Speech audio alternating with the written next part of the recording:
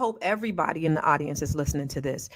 This is something, listen, there was an article in Forbes magazine and there was a study done that said by the year 2053, Black median wealth was going to be at zero. We are in a state of emergency, Black people.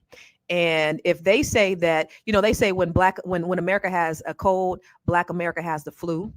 So that means if we are in dire straits as a country, Black Americans are even worse off than everybody else. I don't want to speak negatively over us as Black people, but we really need to understand it and be proactive, because a lot of times as a culture, we are very reactive. We wait until we lose. We wait until the neighborhoods get gentrified before we want to take action. We wait until, the house is in foreclosure before we want to do something. I really want us to understand what she said, and what Dr. Felice said was extremely true. For you, Vanessa, what do you think what she said when she compared today? What we need to make today in order to live is comparable to $44,000 in 1980. That means we are in a state of emergency, even though we're not in a recession. And the only reason why we're not in a recession is because people are in credit card debt. Really, that's how they're able to survive. But what do you think about that?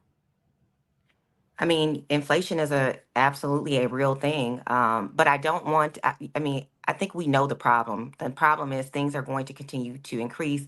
The dollar is weaker.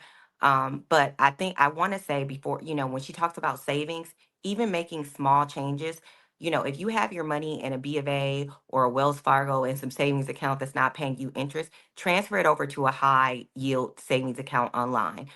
Get you a 5% high yield savings account. If you're putting $50 away or whatever it is, stop paying bank fees, stop paying, take away these these $5 charges. These are very small things that you can do to grow your money, even if you don't have a lot of money. We have had a hard time qualifying for homes in our Black community because of all the stipulations. I believe that is the single most rich thing you can do is to buy real estate. It will gain equity. You will, it's putting like you're paying yourself back basically. So look at programs like NACA. We talked about this on one of the previous shows.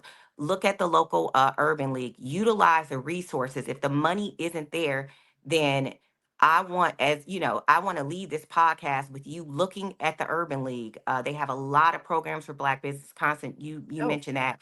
Look at the federal government. They have a lot of things for Black businesses. They want to do business with you. Leverage the NAACP. They give tons of money. The federal government gets tons of money so that you can come by and get the training, the consultations, everything that you need. So if you don't take anything away from me today in this podcast, transfer your money to a high yield savings account where you're not paying any fees, and look at those resources. NACA will get you into a home. It will take probably 2-3 years, but do it. If you can't qualify on a W-2, just you gotta have some patience. Do that, right? Do that. Small things. I love what you said though, and I'm gonna tell you, we about to go to a commercial, but I was at a networking event last week, and it was with the federal government. They said we have so much money and we have so many set asides for Black-owned businesses. We don't get enough Black-owned businesses participating, so we just got to give them to white people. They're set aside for Black people, but since Black people aren't applying, we give them to the white people. Opportunities are out there. You just got to know where. I also want to piggyback on what you said about high yield savings accounts.